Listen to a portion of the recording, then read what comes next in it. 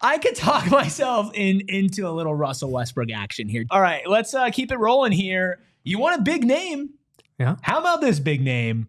Welcome. You went from the bowler coaster to the Russell Westbrook coaster. Oh, let's take a look at what he did last season for the Denver me off. Nuggets.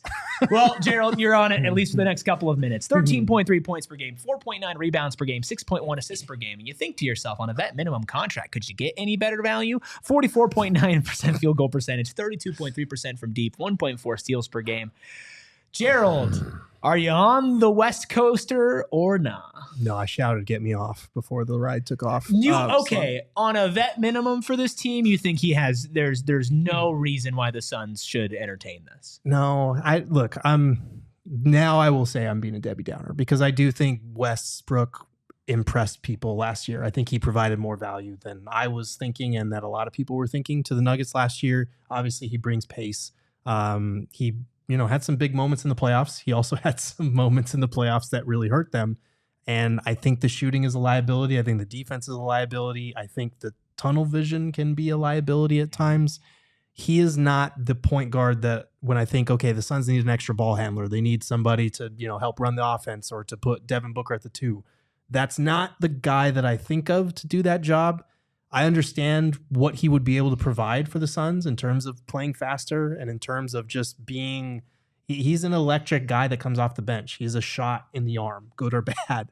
I just don't think that's necessarily what this young team needs in a table setter at that spot. He'd be your starting power forward, basically, more or less. Are you out on the Westbrook experience in Phoenix, Steven? Yes, I am now. With the way that the roster is kind of trended towards going, I'm not in or rush with the Suns. Their roster doesn't really match what he's going to bring to the floor right now.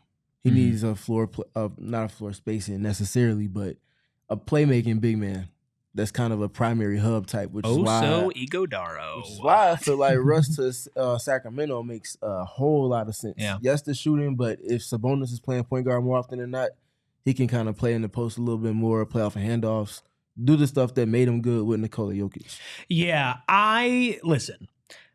I think a lot of the stuff that you could talk about with Chris Paul as far as like leadership, got that dog in him, like making sure everybody's held accountable. I do think that Russell Westbrook brings that. And again, if we were going to contend this year or trying to put together a contending roster, I would not want Russell Westbrook. Now, is he my top option? No.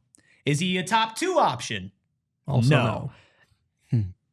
I could talk, shocker alert, I could talk myself into a little Russell Westbrook action here just because you want a veteran, you want somebody who's got that dog in him, somebody who's going to be going nonstop.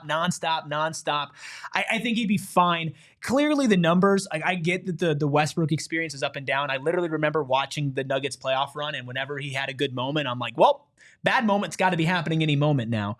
And I fully accept and understand that. That being said, for a vet minimum contract, I don't think it's the worst value in the world.